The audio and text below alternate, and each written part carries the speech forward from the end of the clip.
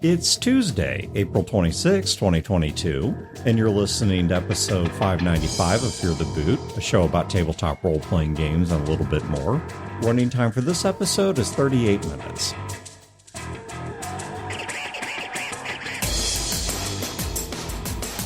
Welcome to Fear the Boot. My name is Dan. This is Wayne. This is Julia. I'm Brodeur. I want to lead this episode off with a shout out and a thank you, specifically to James Willits, who invited us to come up and be guests of honor at WashingCon. Mm-hmm. We had a lot of fun up there, met a lot of cool people, ran some great games, and just want to say, I really appreciate you guys having us out there. And if you live in that area, keep an eye on their website and see when they've got their next con coming up, assuming they do a 2023, which I imagine they would, because it's very much worth going to. So I'll give one last link to that in the show note, just so you can bookmark it for future reference at WashingCon.com. Speaking of cons, Fear the Con 2022 coming up in June. FearTheCon.com will send you over to Con Planner. Games are starting to roll out on there now. Really starting to do a push finally to get the word out, let people know the con is happening. All the information is out there. If you haven't gone and looked and are interested at all, there's no price at the door because this was fully funded by Kickstarter. Yep, so. And I've started trickling out my games. I'm trying to trickle them out so people that sign up later have a chance to, if they want a game with me, I don't know, maybe I'm not that special, but if you want to, you will have that opportunity. But I did post both my game that is a Kickstarter reward, and also I posted something I said I was going to do an episode or two ago, and I did in first slot post an intro to RPGs. So if you've never played a role-playing game before, or you are bringing someone that's never played a game before, this will be a really low-pressure, easy-going game that's just going to be about house pets getting up to trouble. So it's going to be nice and easy, and if you show up, I'll even give you your first tube of dice and a pocket mod game, a little one-pager fold-up game that will be your first RPG that you own. So let's get into it. Wayne, you had a subject you want to talk about, which is something we have talked about, certainly in bits and pieces, maybe in total at some point. Our podcast is almost 16 years old, so I'm going to admit I don't remember all of our episodes. But since our views have evolved, our experiences have changed, and we also have somewhat different hosts behind the mics, there are some things here we wanted to revisit, so take it away. Yeah, so what triggered this conversation is a one-shot game that I ran recently. It's a Savage Worlds setting called Legion of Liberty. It's superheroes in 1776, so basically the Revolutionary War. And I was running the Jumpstart, so I didn't come up with my own scenario. I'm running one that is already put out there. As I'm running it, the players get into the final combat, and I just stomp them. And I don't mean it was just a slightly bad battle. They got crushed. As it started, I'm thinking about all the things I normally do when I run a combat in a campaign, and how I pull my punches here, and how I adjust things. And I do some of that. I take some things off the table, but still, as it all wound up, they lost. And that is not something I've ever had happen in a one-shot I was running, or even in a regular game in combat. I've never had the players lose. And I talked to them all afterwards. Everyone had fun. I'm starting to realize I may be shortchanging my games by not ever allowing the players to lose, because everyone knows they're going to win the combat. And I just don't think I'm maybe getting the best stories if I take that off the table. And I wanted to see what you guys have experienced with this, because I ended the game feeling horrible, feeling like I have just let them down. They failed it, and everything is my fault. I gave them this horrible experience, and they've talked about how much fun they had in the game. But I was beating myself up all night about it. You know, I want to add one parameter to this, or maybe not make it a parameter, but deal with it and then put it aside, which is one-shots and con games. Yeah. Because people walk into those with a lower level of investment. They want the mayhem and the chaos.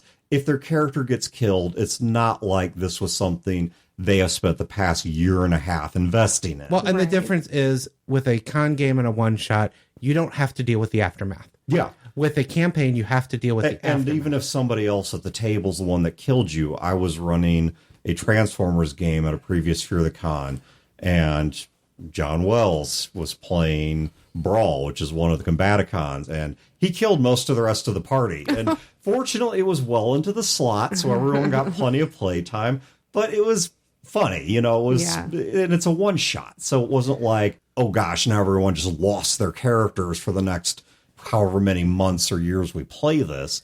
But talking in the context of larger games, I actually just recently encountered this from the other side. I was mentoring someone who was going to GM for the first time ever in their life in our West Marches D&D game. When I was talking to this person, they were giving me ideas they had for different encounters and monsters the party might run into. And what they really wanted to do was a story that surrounded a red dragon that was abducting people and had all its own plots. And I won't get deep into the weeds of the gaming story.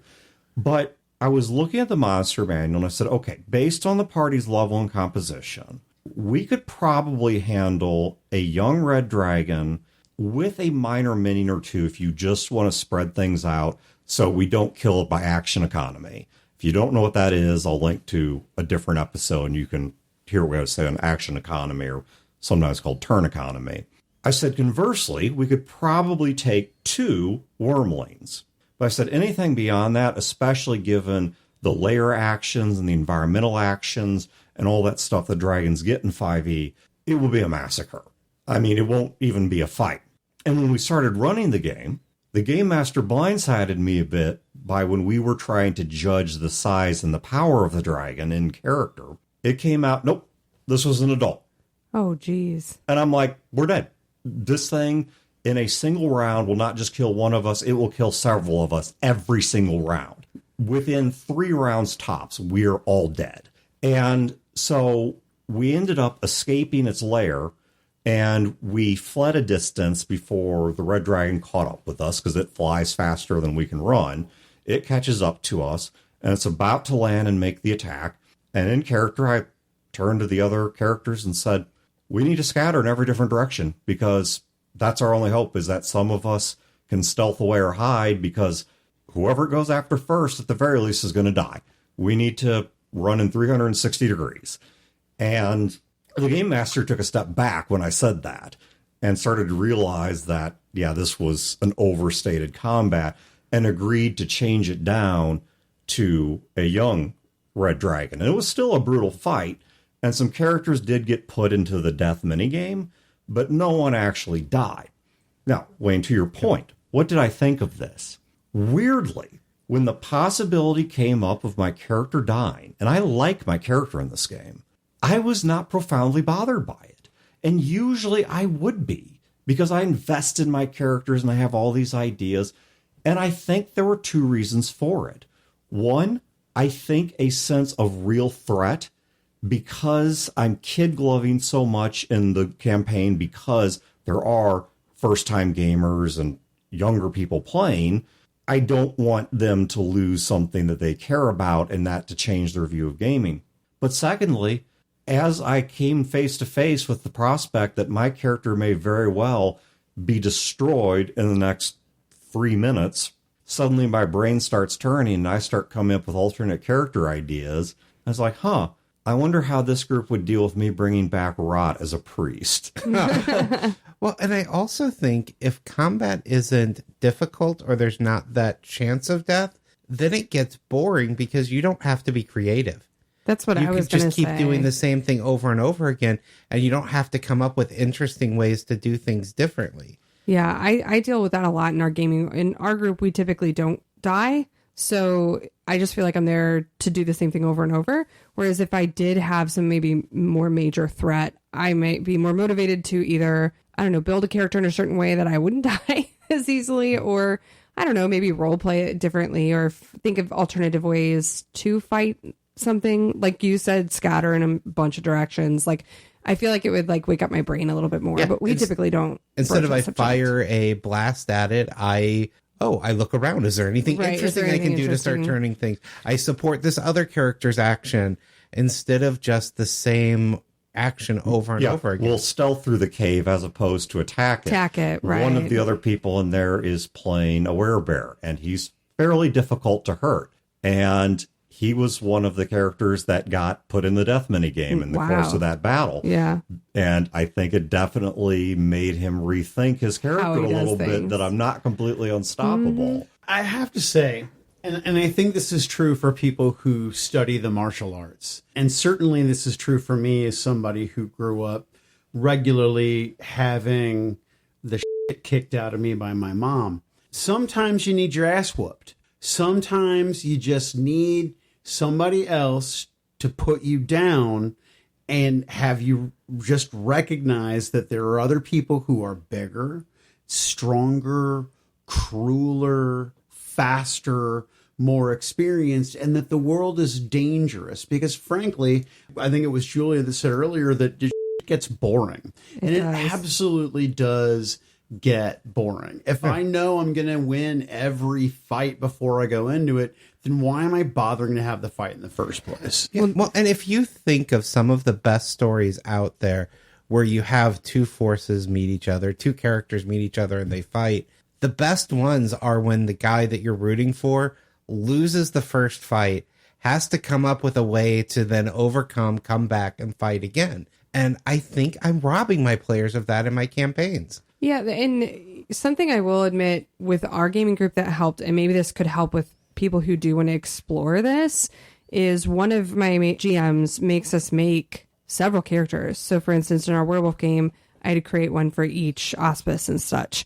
And because of that, I have this like bank of 5 characters. So it allows me as a character to take chances because I don't feel like I'm going to lose anything because I've got all these other ones that I did put my work and thought process into. Now you kind of get to pick both with like a template in mind or the one you like the most, but I still have other ones I'm invested in. So it doesn't feel like I'm losing a character that you know what I mean? So it is kind of nice I never really thought of it that way until we've started this conversation, but it probably does allow me to make decisions I wouldn't normally make in a game where I was super invested in the one character I made. Well, and I also think defeat doesn't necessarily mean death. No. And I know we talked about that on another episode a long time ago, but that's always my fear of, well, if the entire party is defeated, doesn't that mean the end of the campaign? The answer is no, because in all sorts of media, it happens all the time. Then you have a scene in a jail where you have to escape, or you wake up unconscious where you got your ass handed to you. You were stomped into the ground, but it wasn't about killing you. They went on and did what they were going to do. And now you can come back. Well, one of the virtues of this, like we're talking about, is that it gives you a respect for the world, that you start to understand that you have to be somewhat careful. You're not the biggest, baddest, most unstoppable thing out there. But then also, it does bring variety to the way that you approach the game, that you start to realize this one method doesn't work. Think back to that Battletech game we played where you guys used the dropship as a frontline unit. And I had the enemies dogpile the dropship, and they destroyed it. And in losing that piece of hardware, that was an enormous financial investment because they were playing mercenaries. It was a huge financial loss. And on top of that, if it had worked, what would have been your go-to maneuver for every battle thereafter? Drop the dropship. Drop the dropship in the middle of it, and that's going to work. Now, I did not cheat at any point in that. And this is a point that I think is worth underlining. There's a difference between the party getting defeated and the party getting cheated. That if you put them in a situation they can't escape, where they just get killed and it's completely railroaded, there was nothing they could have done to survive, not run, not surrender, not negotiate, nothing. And or you are cheating the rolls or cheating the hit points because you want to beat the crap out of them, I think that is a bad idea because all that teaches is resentment, because eventually they're going to look at the math and realize that you cheated them. Yeah, there's a mindset out there, and I partially blame video games and board games for this, that when you have a fight that is potentially to the death, that it doesn't end until one side has completely obliterated the other side. Because when you play a board game, frequently that's what happens. When you play a video game like a RTS strategy game, it isn't over until the other side has no troops left. When in reality, if you look at history, that's not how battles happen. Yeah. The battle happens until one side has the momentum over the other that they break. And they either retreat or they surrender or they just get broken and run. Scatter. And they may scatter. retreat off, rebuild, and come back in a slightly different way. A video game series that I think does a wonderful job of demonstrating what you're talking about is the Total War series.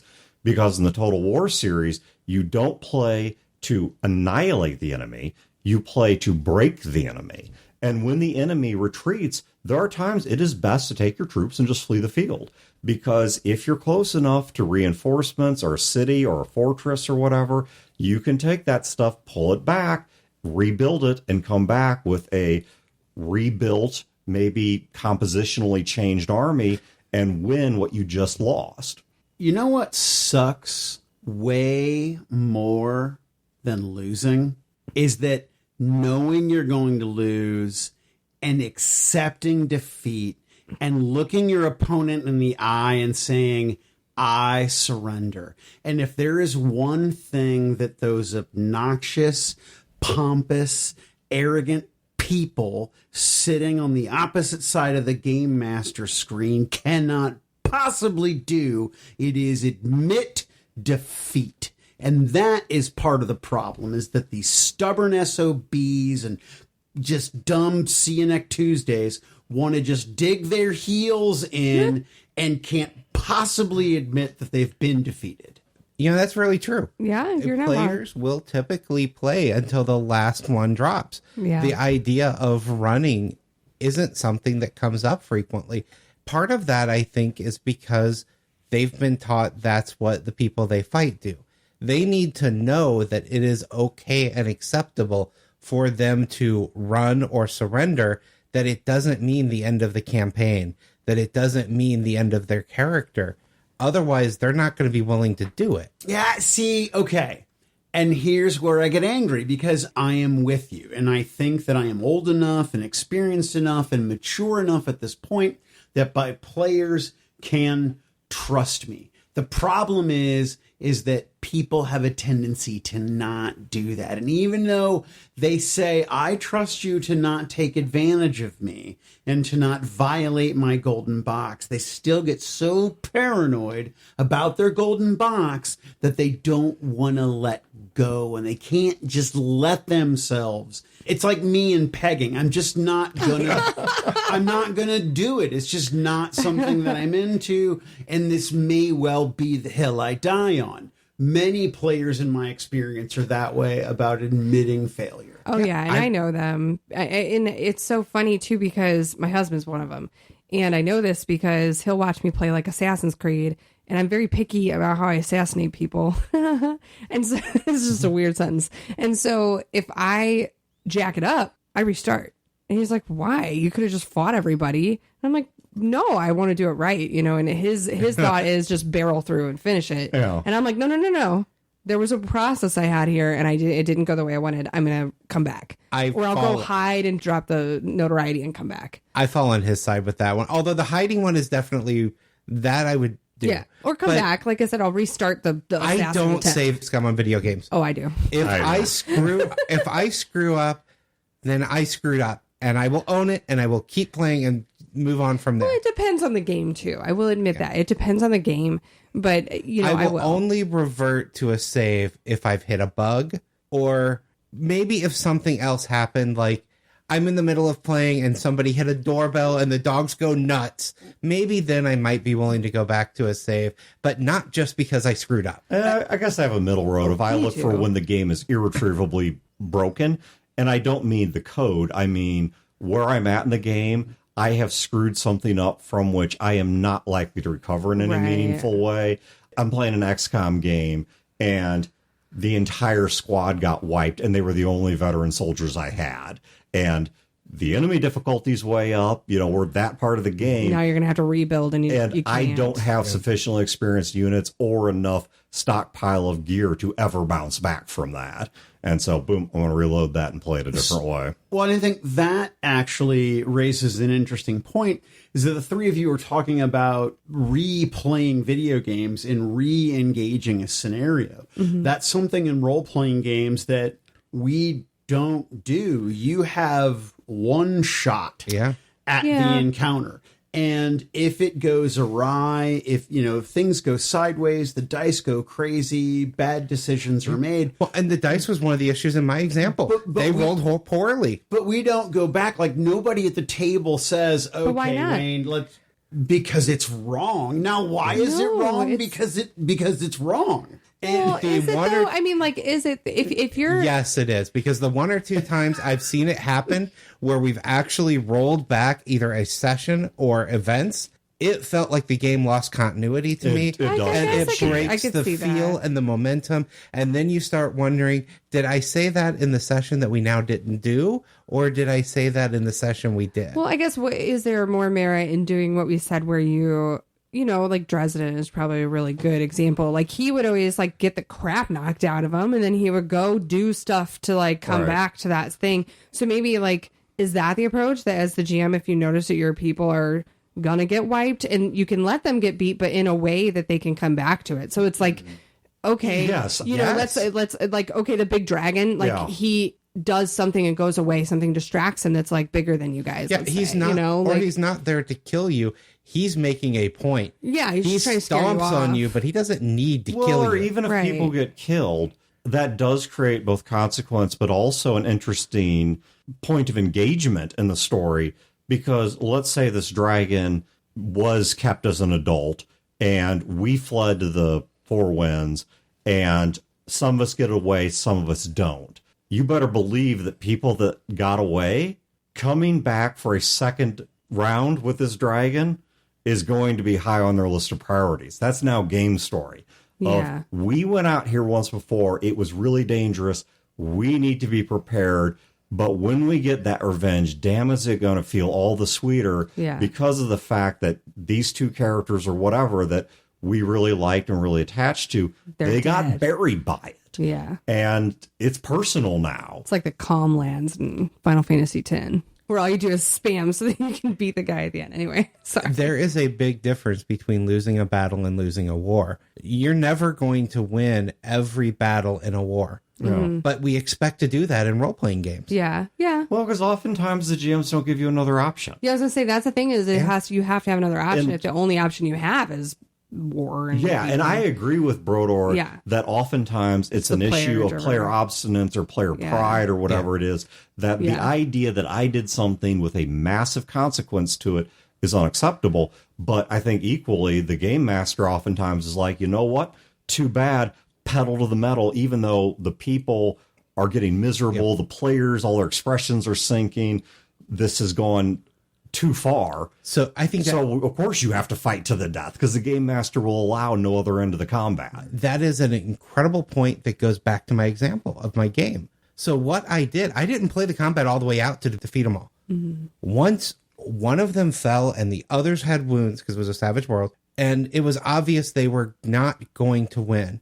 Then we did the engagement rolls for the bigger combat, and they went really poorly for their side. And so at that point, I told them, okay, the fort that you're helping to defend has fallen. We can keep doing this. You can keep fighting them, or you can run. And I presented multiple options for them and told them, okay, this battle is over. After they're done, then the regulars, and not just the super beings you're fighting, are going to come after you as well. You know this. Your characters know this. And I gave them the option outside of the game, GM to player. Hey, you want to run? And then we did a couple of rounds of not combat, but of getting away and how they wanted to get away. And they wanted to get the character that had fallen and take that character away with them so they could get the medical help. And because exactly what you're saying, I didn't push the combat at that point. It was not going to be fun as a GM to just stomp them because there was nothing else that could have possibly happened at that point. So I started giving them other options outside of what the characters were doing. It's like, hey, here's what's going on in the bigger battle. Here's a couple of ideas. And then I let them roll with it. And what ended up happening, like I said, they ran. They got defeated. That fort fell. But those characters, if this were a campaign, they now have a fallback point. They would have rallied. They would have come back. And they would have been prepared for the next fight. And because they weren't dead, they had that option. I think that's big. The GM has to realize what you're saying. The players don't feel like they can give up. They feel like it's part of the game. Yes, you need to, as a GM, make sure that you're telling your players, not your NPCs are telling your players.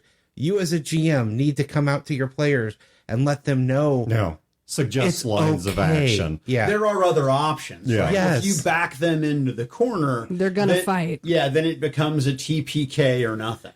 Yeah, exactly. And so you tell them, hey, this dragon looks out of your league, but you think you might be able to sneak around it or get out of here and come back later. Or you notice as people are fleeing that the dragon chases one or two of the people, and maybe it defeats them, maybe it carries them off as forced labor. I mean, whatever, red dragons do that. Or something, but you give the people that are left alive the sense that they don't have zero choices outside of fight to the death. And I think that's something you have to say. I think, Wayne, you're correct in that. You have to communicate that in the metagame. But I think that's something you also have to demonstrate, that when push comes to shove and they say, okay, we cry uncle, we give up, that there is another thing there, that the bad guy's not like, okay, drop your weapons, and they do. And he's like, tee-hee-hee, and beheads them all anyway. Because now you sent the message of there's never going to be any quarter given here. So that's super mean. I hope nobody does that. Now, I have found that as a game master, for me, things that really, really help is grenade plus horse is usually something that works out really well. Killing friends, family members, children that they didn't know their loved one was impregnated with. That helps. In a recent game, my wife's character, her teenage character, Betty, totally f***ed up a roll, and she lost her dad's boat, right? They went out sailing for the weekend. It's the greatest impact and hell I've ever visited upon a character without actually killing the PC, was her sinking her daddy's boat. Oh my God, it was so good. It's a pain point still to this very day. It was like a Ferris Bueller thing. Yeah, you just gotta find those ways to make them suffer, right? I don't ever want to play one of your games. I feel like I'm gonna cry. Well, the one role-playing game that I've played that Brodeur ran, the very first thing he did was mutilate our favorite NPC. Literally in front of us as players. She got lured into a bear trap. She's chasing these children who stole from the candy shop. She's chasing them away, and she hits a bear trap that's in some trash in an alleyway. And they're like, ha ha! And they hold her down and they take a bone saw and cut her freaking leg off. I had just made a new character to bring into the game, and the character I made was her twin sister, not knowing this was going to happen. Gosh. But the thing is, I didn't mess with anybody's golden bonds. I get it. I get what you're saying. I just look at the world and I'm like, well, there's a thing that I can, like a bug, I can just smash and smear and leave a streak permanently. Okay, that's a fair point. Concrete that you're never going to forget. That stain's always going to be a there. world with consequences does not have to be consequences directly to the PC's life. It could be to something they care about, something they've invested in. For example, in that Battletech fight, the dropship was destroyed, but after that happened, the party realized that they were wildly outgunned here. They called for a hardware truce, which is a thing in Battletech, and they were allowed to exit the field of battle. Well, I'm sorry, Wayne. And nobody died. Conditionally, like going forward, right? We're screwed. We don't have a dropship. What do we do to get all that back, right? So I haven't ruined the campaign by killing most of or all of the party. However, I've given them such an impediment, they wish they'd quit the game. They wish they were dead, and now they're going to suffer. I will say, as a GM, the warning I give you for doing that to their NPCs is if you make it a habit, you are not going to get any interesting NPCs from them anymore. Yeah. Because I know people that have gamed with enough bad GMs that they will make their entire family dead. They play Batman because if they give a living NPC, they just know the GM is going to kidnap or kill it. So then here's what you do. You crush them. It's just like any relationship, Wayne. You build them up just to break them down, right? And you're always taking one step forward, but two steps back. So even when you're building them up, they're still so far behind where they were 6 months ago that you've broken them. So you build them just a little bit more. Like in my Call of Cthulhu game, sure, Betty sank her daddy's boat, but now an NPC has manipulated things that his mom rear-ended her dad in an auto accident only as a way to give them extra money so that he could buy a new boat, and this NPC would have more pull over Betty because she would feel indebted to Douglas. See, you just keep building the conspiracies and you keep making them, and then someday they wake up and they're like, oh, this guy is great, and then there's a horse head in their bed, Wayne. Wow. So what we're saying is, you're right. You don't want to play. Apparently not. So the only productive advice I'm pulling from that is consequences can have variety. But consequences should have variety. But I guess, especially when so much of our gaming is around games like D&D that have combat, right? I mean, if you succeed at every task, the game is boring. Yeah. Right. If you win every fight, it gets boring. I don't think disagree. That is one of my GM ruts is I'll hand out failure like crazy if you're trying to do things, but I not don't do it battles. with battles and combat. And that's something I feel like I may have been cheating my players of all this time. So that's what I've taken away from this experience is I need to add that into my toolbox. I want to have my players not win every battle, and I want them to understand that's okay. Mm-hmm. Taking it back to video games, there are video games that I don't enjoy because they are too punishing and too difficult for my taste. Dark Souls. Yeah, the Souls series is probably a prime example of that.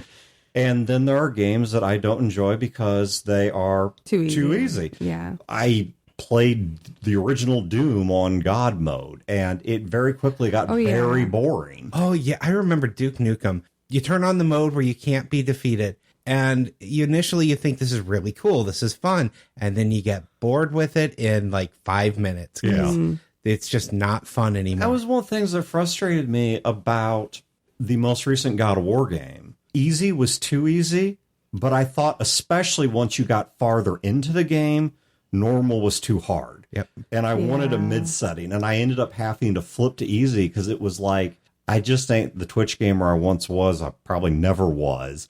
And so I just wasn't getting past the encounters. It was too much. But then when I flipped it back to easy, the game was kind of too a easy. joke. And it's like, I kept playing it because I was enjoying the story, but the gameplay experience really got diminished for me. It's like Brodeur says, it's the dance of death. Yeah. That's what is fun. You want it to be close. Otherwise, it's not fun. Yeah. If you stomp them, it's not fun after very long. If you're getting stomped, it's not fun. Look at thrill seekers. If they don't actually believe on some level they're in danger, they don't enjoy the activity. Don't enjoy it, yeah. And You're not wrong. so meaningful reward requires meaningful consequence, or at least the very real prospect of it. In Dresden Files, there's a built-in mechanic. If you're about to be taken out of the fight, but you could take like consequences and things, you could still stay in the fight and stay fighting. But you have the option to instead give in, I'm going to lose, but if you do it, you then narrate how you lose. Yeah. So instead of the GM saying, here's the horrible things that happened to you, you can do it. So let's say you're in a fight in a warehouse and you're being hit by a fireball. You can narrate and say, okay, the fireball hit me, tossed me out a window. I landed in the lake. I woke up an hour later on the shore. I missed the rest of the fight. Yeah. I was defeated, but you're narrating how you survived and walked away. And I think that is such a great idea because it retains player agency insofar as allowing them to pick the consequence that they can accept. If they're really invested in this character, the character doesn't have to die. Conversely, if they want their character to be very prideful, well, then they can choose death. And I think you can see this even outside of games like Dresden or, say, Inspectors that codify the player being able to describe their own defeat. I think that you can do it just by responding positively to what they suggest. If the dragon's towering over them and is about to kill them, and they say, look, my character drops to his or her knees and begs for mercy, that, okay, you now know what it is. And the dragon says, I'll let you go, but you now work for me, or something to that effect, or I'll let you go, but there's going to be some kind of penalty with this. So you know that the person doesn't want their character to die, but they're willing to accept some price, some humiliation. And so you still have the consequences, but the GM didn't pick them. Yeah. The player picked them, which maintains agency and acceptability of the loss. Yeah, let's say you have a group, a party that's going in, trying to steal a MacGuffin, and they're already in mid-fight, they're losing. You as the GM could tell them, okay, you want to make a devil's bargain? I'll make you a deal. You can narrate how you got away if the MacGuffin got broke in the fight, and you don't get it. You didn't get what you were, not only did you not get what you were going after, it is broken and it's off the table, out of the game. You're going to have to come up with another way to do your big deal, but you get to narrate your escape. Or a horse head, apparently. Horse, not whore. I said horse. Oh my God, that's even better, Julia. Like you just wake up and there's some random sex worker's head in your bed. Oh, that's baller. I promise I said horse. All right, well, while Julia works out her issue with sex workers, I think we're going to go ahead and leave this one here. Check the show notes for links to a couple of things. And other than that, have a great... Wait, can I say one thing before you go? Yeah, I'm sorry. Go ahead. All right, and this is about killing PCs. Okay. And this is when Not your players, they're characters. Yeah, they're characters. Sorry. When I was a manager of people, and I say this only sort of tongue in cheek, but sometimes everybody needs to see that you're willing to fire a motherfucker, right? The staff needs to understand that you're not a pushover, and sometimes you just need to look at your staff and be like, you know what? Who's my biggest shithead? You're out. Sometimes you just got to kill somebody's PC, right? You just got to kill their character, because then the other people at the table know he's not messing around. People can die in this game. It's about sending a message. It's about sending a message. Wow. Addition by subtraction. All right, so you guys have a great week of great games, and we will catch you next time.